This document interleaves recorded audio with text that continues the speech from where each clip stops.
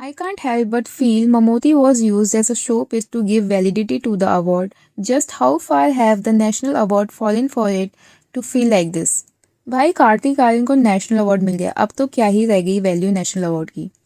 Chandu champion बढ़िया film थी, कार्तिक आर्यन ने ठीक परफॉर्मेंस दी थी, लेकिन national award Pushpa can win for the best writing than anything can happen. तो ये कमेंट्स हैं नेशनल अवार्ड के ऊपर लोगों के।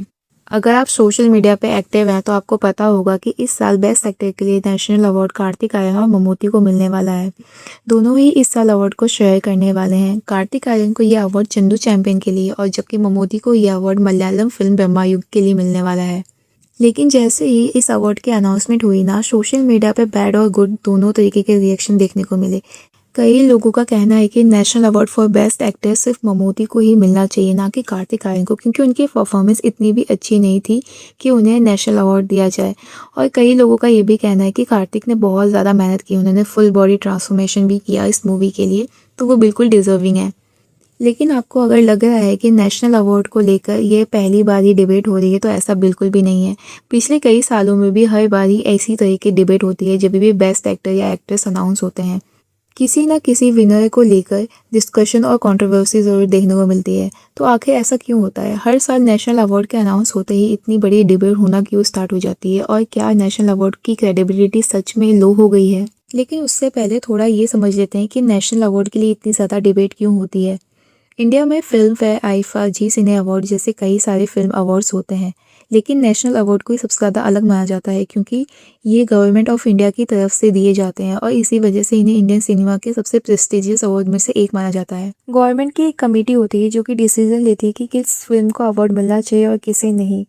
ये committee acting, direction, screen play और फिल्म के हर इंपॉर्टेंट एस्पेक्ट को एनालाइज करती है, उसके बाद ही डिसीजन लेती है। इसी वजह से जब भी नेशनल अवार्ड अनाउंस होते हैं तो लोगों की एक्सपेक्टेशन बहुत ज़्यादा हाई होती है। जब किसी विनर से लोग एग्री नहीं करते तब सोशल मीडिया पर डिबेट स्टार्ट हो जाती है। फॉर एग्जाम्पल 2021 में पुष्पा द राइज के लिए अल्लू अर्जुन को बेस्ट एक्टर का अवार्ड मिला था और उस टाइम पे भी लोगों ने काफ़ी ज़्यादा क्वेश्चंस किए थे सोशल मीडिया पे। कुछ लोगों का मानना था कि पुष्पा का जो कैरेक्टर था वो काफ़ी ज़्यादा प्रॉब्लमेटिक था और फिल्म में फोकस ऐसा कैरेक्टर पे किया गया था जो पॉजिटिव मैसेज नहीं दे रहा था।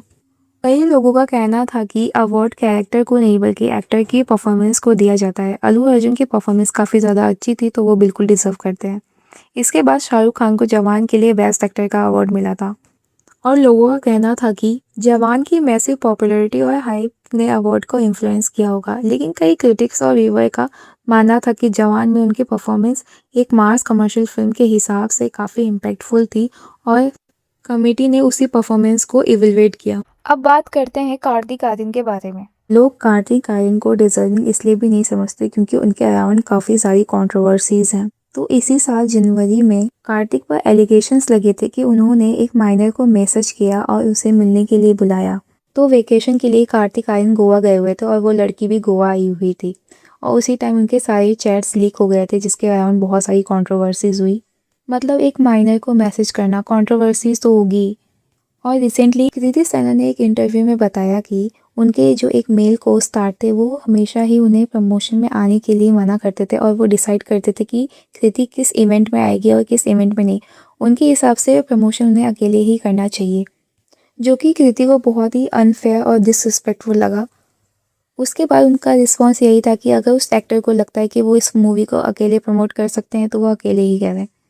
ऐसा ही इंसिडेंट सेम अपार शक्ति खुराना के साथ भी हुआ था। उन्होंने अपने इंटरव्यू में बताया कि ट्रेलर लॉन्च के दौरान उन्हें स्टेज पर आने से रोक दिया गया क्योंकि मूवी के मेन लीड ने डायरेक्टर से कहा था कि वो इस पिक्चर को अकेले ही प्रमोट करना चाहते हैं और अपार शक्ति खुराना को स्टेज पे ना आने दिया जाए।